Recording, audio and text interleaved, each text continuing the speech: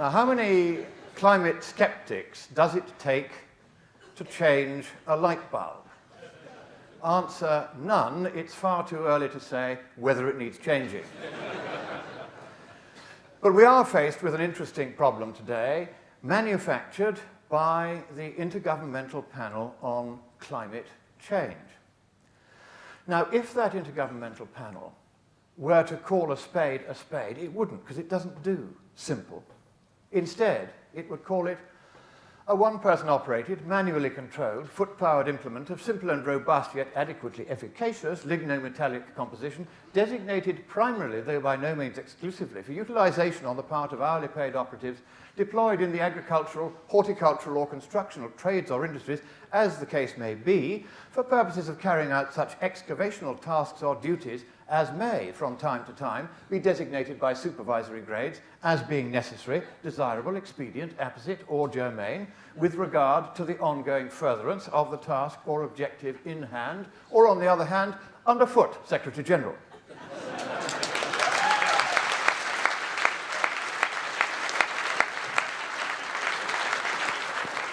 And that, by the way, is what they were talking about, a spade.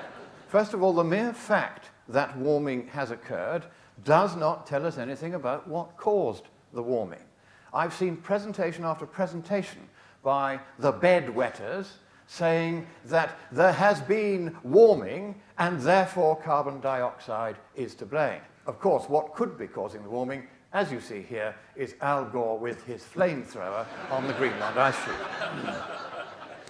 Likewise, correlation need not imply causation. Just because CO2 has been going up recently and temperature has been going up recently doesn't mean the two are connected in any way. And to indicate this, I have found a most interesting climatological result. I've correlated the number of Republican senators in the upper house of the United States legislature against sunspot numbers. And it's an extremely good fit because just recently, there was an election in the United States, very few Republican senators, and no sunspots at all. It works. And finally, one of the things that the other side in this debate tends to do is to produce the most alarming projections. I mean, Al Gore with his 20-foot sea level rise. Here is what would have happened to the Houses of Parliament if we were lucky enough to get a 20-foot sea level rise. To which my reply is, and your problem is? Most of my compatriots would happily see the Houses of Parliament wash away altogether. Everything I say, I can and will, on request, verify, either in the data or with equations or in the peer-reviewed literature. So I will tell you where I got it from and how I got it. I'm very happy to answer any questions like that. The other side expect you to believe them. They say the debate is over, the science is settled, you can't argue, you've just got to believe and obey and pay and pay and pay again. Take an example. DDT, the only effective agent against the malaria mosquito, still to this day, the only one that really works, invented by a guy who was given the Nobel Prize because he saved more lives with that one invention than anybody else in history. DDT was banned 40 years ago. Before it was banned, deaths from malaria had fallen to 50,000 a year. After the ban, 1 million a year. Quite often in this field, politics comes first and science second.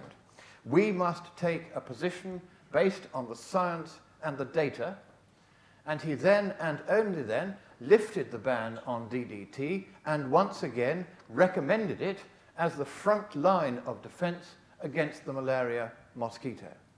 And has he been heeded? Largely no, because those who were the descendants in political terms of those who originally had DDT banned simply weren't prepared to admit that that wrong decision had cost 40 million needless children's lives, 6 Holocausts over. And so they're still trying to ban DDT to this day, and still people are dying of malaria in altogether unacceptable numbers. And this is a tragedy caused simply by a failure to analyze policy correctly. All they had to do, instead of banning DDT, was to confine its use to the interior spraying of houses. That's where people usually get infected with malaria. If they'd eradicated the malaria from the houses, the DDT wouldn't in any way have got into the food chain. It wouldn't have done any harm to anything, but it would have spared very nearly all of those 40 million totally needless deaths. Now, those who watch what I'm doing and don't like it regularly post stuff on their websites saying that I'm lying about this. But there are 2 scientific papers from which I got the figures for how many have died as a result of the DDT ban. So I'm not just making stuff up. We want to make sure that we do not have what the Army chillingly calls collateral damage from the global policies we adopt to deal with global problems. And I'm sorry to start on this somber note, but it is very important to realize how high the stakes are, not only for us, but far more so for the poor of the world who depend upon us to get these decisions right. For it is they who pay the price, and pay the price all too often with their lives if we do not. Here is Stephen Schneider, a scientist active in the IPCC. We have to offer up scary scenarios. No, we don't. We have to offer up the truth, the whole truth, and nothing but the truth. Then we have, here's another one. This is Stephen Guilbeault of Greenpeace in Britain. Global warming can mean colder, it can mean drier, it can mean wetter. That's what we're talking about, man.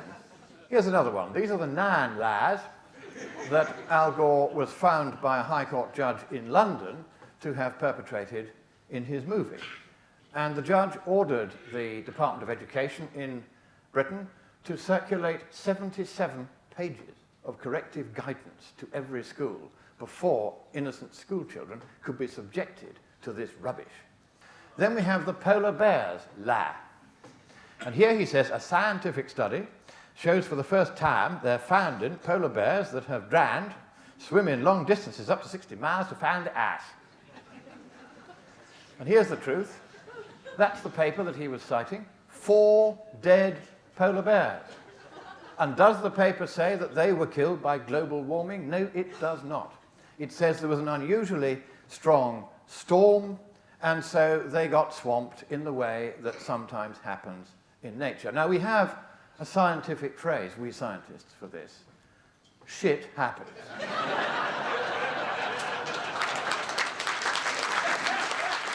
So, Al baby, I'm still waiting. I challenged you to a debate 3 years ago. At every public meeting, I challenge you again. And if you go on running, don't think I'm going to let you hide. And this is just factual data taken straight from the published authorities, but which somehow never finds its way into the media because none of it fits the storyline that we're doomed. So here's the first one. That is the record of global warming over the last 9 years. Now, the pink zone at the top is what the UN predicted should be happening. The strong red line through the jiggly-uppy-downy data, that's known as the least squares linear regression trend. And what that looks to me like is a fairly hefty, and indeed it is, statistically significant rate of fall. We've had 9 years of a global cooling trend since the 1st of January 2001. So then we go on to Arctic sea ice, which follows a regular kind of sine wave. It comes and goes with the seasons. There's lots of it during the winter, not so much during the summer. Nothing particularly to worry about in that graph there. In fact, there was a temporary loss of Arctic sea ice at the summer minimum in 2007. That's the left-hand globe there. But then by 2008, it's the purple area, which is the sea ice. That's just the way the computer graphics from the satellite do it. By 2008, half of that missing ice had come back. By 2009, nearly all of it had come back. So there is today's climate, and the extraordinary thing about it is that there's nothing extraordinary about it at all. Do we want an emissions trading scheme? No! That was pretty good, but I don't think it was quite loud enough for them to hear in Canberra. Do we want an emissions trading scheme? No! That they heard in Canberra.